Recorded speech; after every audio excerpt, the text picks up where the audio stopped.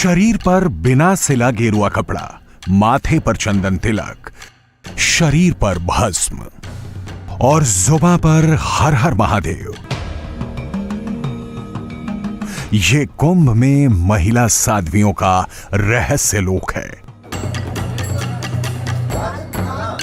जूना अखाड़े के ठीक पास बना ये बाड़ा महिला साधुओं का सन्यासिनी अखाड़ा है, जिसे कुछ साल पहले तक माई बाड़ा कहा जाता था। इस माई बाड़े में कॉरपोरेट कंपनीज में मोटी सैलरी पाने वाली, पुलिस महकमे से रिटायर, डॉक्टर, इंजीनियर रह चुकी कई महिला साध्वी मौजूद हैं। महिला साध्वियों के रहस्य लोक को लेकर लोगों के मन में कई सवाल हैं। हर कोई जानना चाहता है कि महिला नागा साध्वी कैसे बनती हैं। इनके बाड़े का गेट उल्टी दिशा में क्यों होता है? अखाड़े में साध्वियों के पास क्या जिम्मेदारी होती है? अखाड़े में मौजूद साध्वियों का जीवन कैसा होता है? कुंभ के बाद ये महिला नागा साधु आखिर कहां गायब हो जाती हैं? इन सवालों के जवाब जानने के लिए पहले महिलाओं के अखाड़े के बारे में जानना जरूरी है। इस वक्त हम सन्यासी श्री पंचदशनाम जूना अखाड़े के अंदर हैं। यहाँ एक के बाद एक कतारों में महिला सन्यासियों की कुटियां हैं। ऊपर आप देखेंगे तो यहाँ महिला सन्यासिन अखाड़े का अलग से धर्म ध्वज है, और जैसे ही आप आगे बढ़ेंगे तो ये छत्र आपको दिखाई देगा और यहाँ भगवान दत्तात्रेय की तस्वीर है। सनातन धर्म में कई महिला साध्वियों का वर्णन किया गया है। सतयुग, त्रेता युग, द्वापर युग। द्वापर युग में कई महिला तपस्वियों का जिक्र मिलता है। जब मंडन मिश्र के द्वारा शास्त्रार्थ हुआ और उनकी पत्नी इस शास्त्रार्थ में विजयी हुई, तब से महिला सन्यासी की परंपरा हमारे वहाँ है भारतीय संस्कृति में। हाँ, बीच में जब मुगल काल आया और एक हमारे संस्कृति पे कुठाराघात हुआ, तब से थोड़ा सा उनके इतिहास में कमी आई। ये जो हमारी विदुषियों ने इतिहास को लिखा, वो जब नालंदा यूनिवर्सिटी जलाई गई तब हमारे पास इतिहास कुछ नहीं बचा। जो मौखिक रूप से जिन लोगों को याद रह गया वो अपना लिखित रूप में करते रहे। तो हम ऐसा मानते हैं कि अखाड़े की परंपराओं में महिलाओं की भूमिका आदिकाल से नहीं है, परंतु ये आदिकाल से है। लेकिन अभी तक महिलाओं के लिए कोई अलग से अखाड़े की स्थापना नहीं हो सकी। 13 अखाड़ों में से कोई अखाड़ा ऐसा नहीं है जिसमें सिर्फ और सिर्फ महिलाओं को जगह दी जाती हो। साल 2013 में देश का 14वां और पहला महिला अखाड़ा गठित किया गया।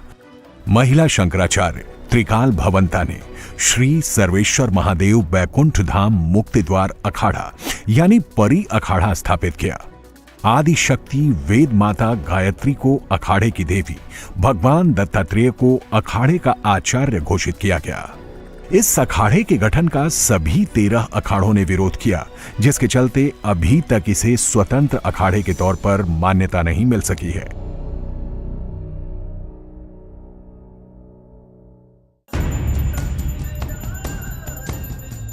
परी अखाड़े को ना ही कुंभ के शाही स्नान में शामिल होने की अनुमति मिली, ना ही अलग से घाट का आवंटन हो सका। हालांकि हर कुंभ में इस अखाड़े की साध्वी शामिल जरूर होती हैं। हम 13 अखाड़े के साथ कहीं मिलना ही नहीं चाहते हैं। अगर 13 अखाड़े के साथ हमको मिलना होता तो हम अलग से महिला अखाड़ा क्यों बनाते? 13 अखाड़ा महिलाओं के लिए नहीं है। महिलाओं का स्वतंत्र बॉडी होनी चाहिए, महिलाओं के लिए व्यवस्था अलग होना चाहिए। महिलाएं वहाँ सुरक्षित नहीं हैं, असुरक्षित है। महिलाओं का साधना पूजा करने का अपना तौर तरीका और भय मुक्त होकर के किसी प्रकार का उन्हें कोई बंधन नहीं लगना चाहिए। इसलिए उनसे हमको मान्यता की ज़रूरत नहीं है। उनके साथ हमारा नाम जुड़े ना जुड़े हम नहीं चाहते हैं। हमारे मातृशक्तियों का अलग से व्यवस्था प्रशासन के द्वारा, कानून के द्वारा, व्यवहार के द्वारा हम चाहते हैं। परी अखाड़े के गठन से पहले ही महिलाओं को अलग अलग अखाड़ों में जगह दी जाती रही है। सभी 13 अखाड़ों में महिला नागा साध्वियों की संख्या अच्छी खासी है। जूना अखाड़े में पहले से ही महिला शाखा माई बाड़ा मौजूद था। महिला साध्वियों की मांग को देखते हुए साल 2013 में ही जूना अखाड़े ने माई बाड़े का विस्तार कर दिया। इसका नाम बदलकर दशनाम सन्यासिनी अखाड़ा रख दिया। 2013 में एक ऐसे ही हम लोगों का प्रयास हुआ। श्री पंडित समझुना की जो एक मीटिंग थी, हम लोग उसमें उपस्थित थे। तो ये हुआ कि बहुत ऑड सा लगता है माई बाड़ा बोलना, क्योंकि इस स्थल पे सारी माताएं ही हमारी रहती हैं, बहनें रहती हैं। तो इसको पुकारने वाला जो नाम था वो माई बाड़ा था। वो संशोधित होकर 2013 में उसको श्री दशनामी सन्यासिनी अखाड़ा रखा गया। नाम तो चेंज हुआ परंतु अखाड़े की मांग कोई नहीं थी जब से। और ये बहुत अच्छी बात है, बहुत ही नमन योग्य बात है कि अन्य जितने भी हमारे 13 अखाड़े हैं उनमें कोई भी महिला विंग नहीं है। महिलाओं की अलग से कोई स्थल नहीं होता है कि महिलाएं वहाँ पे अपना जब तब जो भी अपना कल्पवास है वो पूर्ण करें। हाँ, जूना अखाड़ा इसमें अग्रिम भूमिका में था। महिलाओं को उसने स्थल अलग दिया और तपश्चर्या का एक माध्यम बनाया।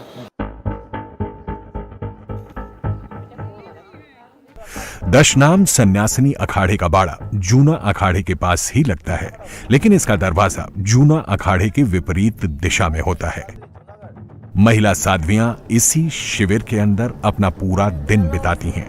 इसी कैंप में साधना तप करती हैं, अपने गुरु और इष्ट देव की सेवा करती हैं। महिला साध्वियों के मुताबिक देश भर में सन्यासियों की संख्या 5 लाख से ज्यादा है। सबसे ज्यादा महिला साध्वी महानिर्वाणी अखाड़े से जुड़े हुई हैं।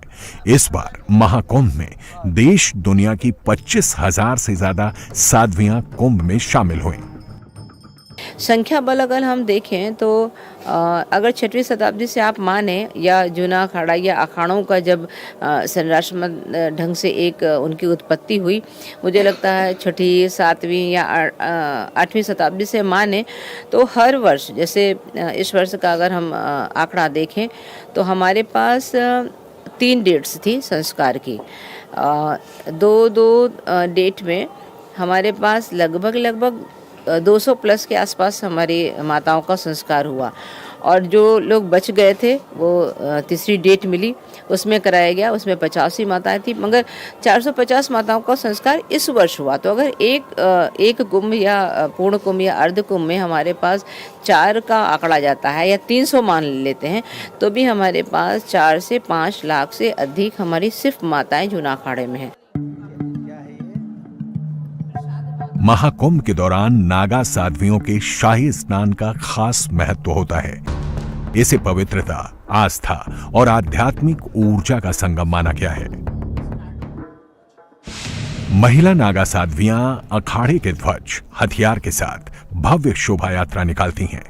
श्री महंत के पद पर चुनी जाने वाली महिलाएं शाही स्नान के दौरान पालकी में चलती हैं। श्री महंत बन चुकी साध्वियों को अखाड़े का ध्वज डंका अपने धार्मिक ध्वज के नीचे लगाने की छूट होती है।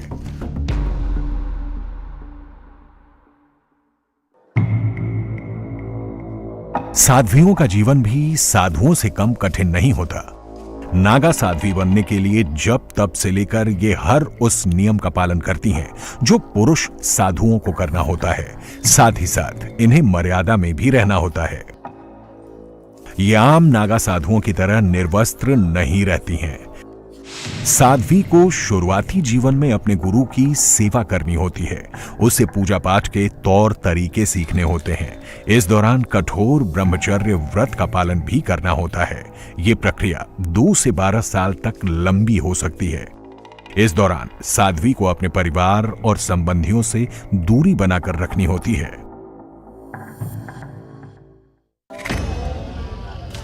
जब गुरु को लगता है कि साध्वी नागा बनने के लिए पूरी तरह तैयार हो चुकी है, पहली परीक्षा में खरा उतर चुकी है, सांसारिक जीवन से पूरी तरह से विरक्त हो चुकी है, तब उसे नागा बनाने की प्रक्रिया शुरू होती है।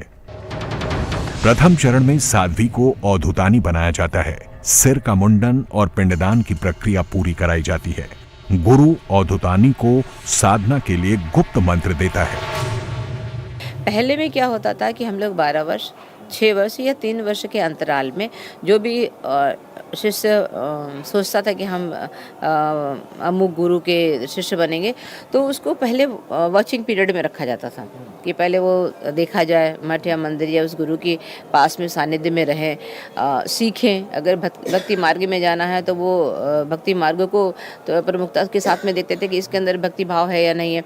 कुछ जो थोड़े से शैक्षिक योग्यता को रखते थे, पठन पाठन में उनका रहता था, तो उनको वेदाध्ययन अन्य चीज़ों में भी आगे रख के उनको प्रशिक्षित किया जाता था।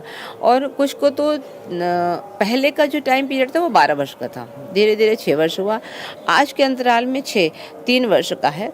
और ये कम भी हो जाता है अगर आपके अंदर जो हम लोग चाह रहे हैं वो दिख जाए तो उसका टाइम पीरियड कम ही हो जाता है। परंतु पहले पंच दीक्षा होती है, जिस भी स्थान, धार्मिक संस्थान या उस मंदिर से जो व्यक्ति जुड़ा है, पहले पंच दीक्षा होने के बाद में आगामी जो भी कुंभ पड़ेगा, वो चाहे अर्ध कुंभ हो या पूर्ण कुंभ हो, उसमें उसका संस्कार हो जाता है, जिसको हम लोग विजया हवन संस्कार कहते हैं।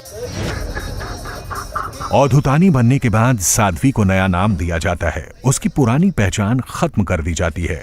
इसके बाद तपस्या और नागा साधु बनने की प्रक्रिया शुरू होती है। पुरुष साधु को नागा कहा जाता है, जबकि महिला साध्वी को नागा साध्वी कहा जाता है।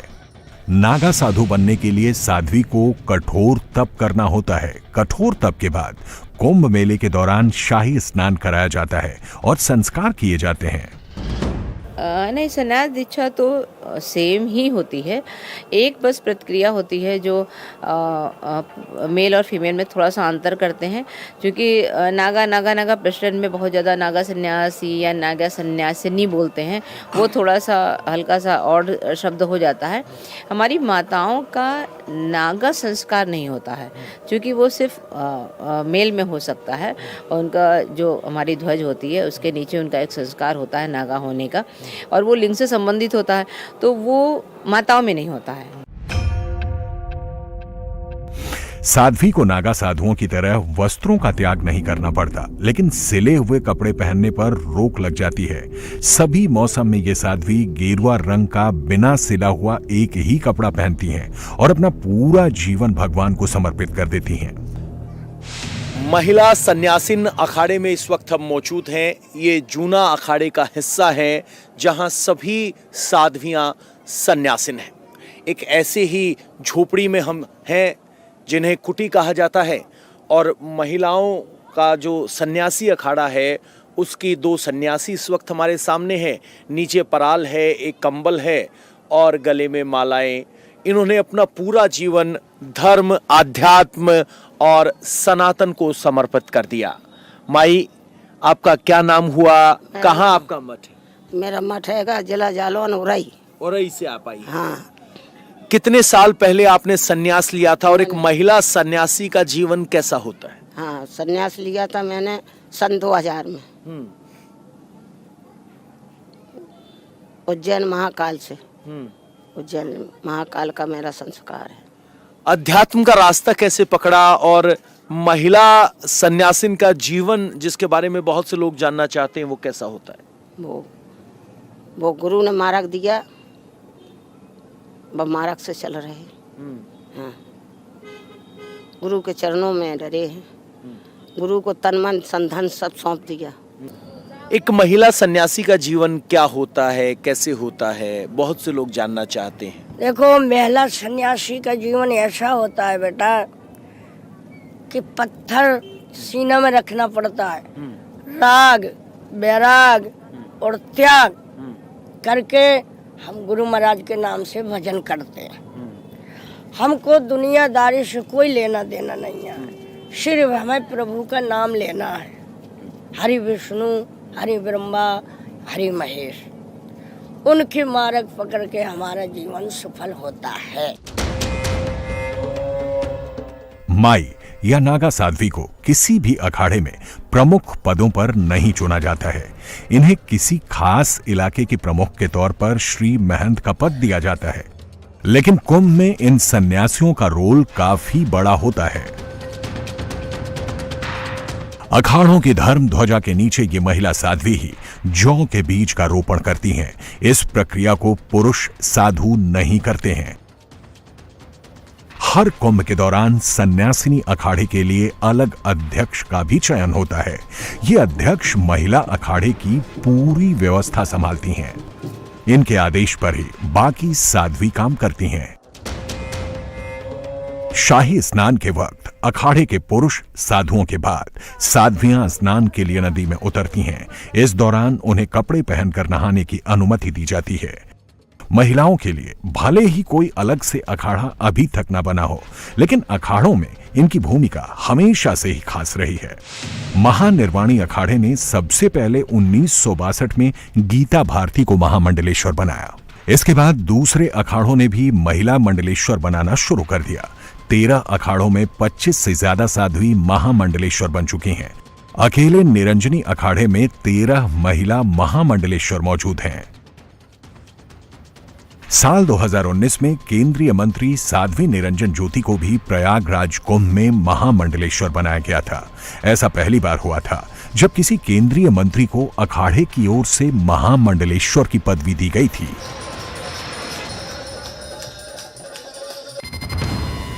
कुंभ मेले में 25,000 से ज्यादा साध्वी शाही स्नान के लिए आती हैं। अपने अपने अखाड़ों के हिसाब से स्नान, तप और कल्पवास करती हैं, लेकिन इसके बाद ये अचानक गायब हो जाती हैं। इनमें से ज्यादातर साध्वी गुप्त जगहों पर साधना के लिए चली जाती हैं। कुछ साध्वी अपने मठों, मंदिरों की व्यवस्था संभालने निकल जाती हैं और कुछ देश भर के मंदिरों के दर्शनों के लिए निकल पड़ती हैं और अगले कुंभ में फिर धर्म ध्वजा के साथ दिखाई देती हैं।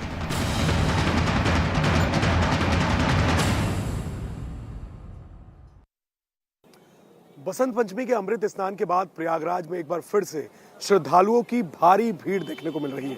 इस वक्त हम पेंटुम पुल पे मौजूद हैं और ये पेंटुम पुल सीधा संगम की तरफ जाता है और आप देख सकते हैं पूरे पेंटुम पुल पे खचाखच श्रद्धालुओं की भीड़ इस वक्त बढ़ी हुई है।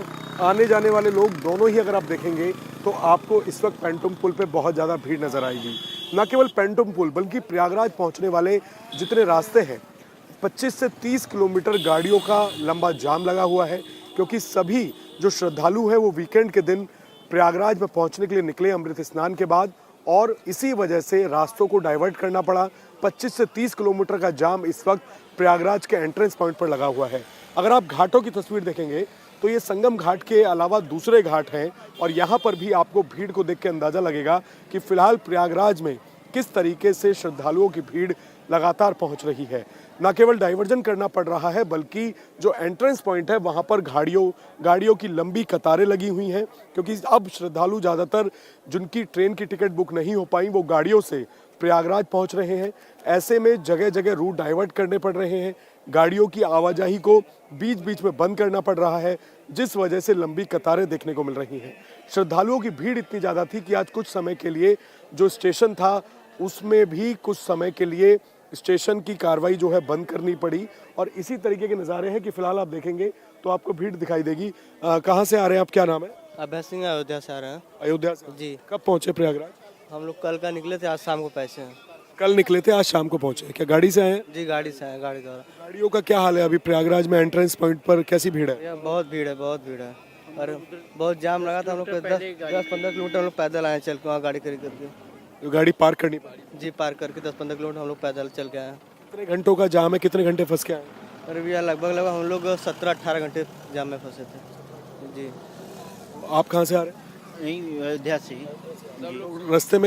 रास्ते में कैसा ट्रैफिक है, कैसी प्रॉब्लम? बहुत ज़्यादा ट्रैफिक है, बहुत ही ज़्यादा। गाड़ियाँ कहाँ तक आराम से आ पा रही हैं या कहाँ प्रॉब्लम हो रही है? ऐसा है कि आराम से क्या, उधर जाम तो लगा भी ही है और हम लोग को साइड से एक तो रास्ता मिल गया, उधर से हम लोग इधर आ गए, थोड़ा दूरी बढ़ गई थी। अगर हम लोग उधर से 25 किलोमीटर तो इधर 35 किलोमीटर हम लोग को ऐसे आना पड़ा। अभी हम लोग की गाड़ी भी उधर रुकी हुई है। वीकेंड पे मुझे लग रहा है कि भीड़ ज़्यादा हो गई है वीकेंड। हाँ, वीकेंड पे ज़्यादा है। वीकेंड अच्छा लगा आने के बाद, संगम में नहाने के बाद बहुत अच्छा रिलैक्स। अब जो है फिर से रिटर्निंग का गंगे काशी